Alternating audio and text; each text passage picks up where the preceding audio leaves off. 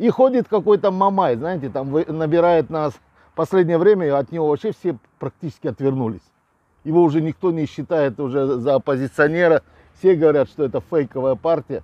И чтобы как-то, знаете, бензин в огонь, чтобы бензину вот подлить, чтобы огонь полыхнуть еще раз, да, я думаю, что для этого Байбек, орел с небес, да, с самого верху спустился к этой собаке. Зачем? Байбек, зачем ты спустился к собаке? То есть я как рекламщик, я в этом вижу чисто поддержка Байбека Мамаю. Понимаете? Вижу конкретно, вот, что после этого, вот сейчас смотрите, откройте средства массовой информации. Везде, любых газетах, интернетах, везде, и за границей тоже. Мамай там судится с Байбеком. Мамай судится с Байбеком. Поэтому я думаю, что партия Мамай это фейковая. Специально подпитывается вот Байбеком. Байбек, мы все знаем, он лидер в партии Нур-Отан.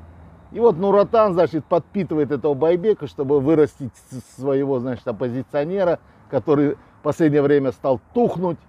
И помните, еще я делал видео про то, как из тюрьмы выходил Макс Бакай. Я вот тогда и думал, что, и делал об этом ролик, что раз Мамай действительно оппозиционер, действительно, да, то передай власти, потому что вот твое имя Мамай никто толком не знает, а Макс Бакай все знают.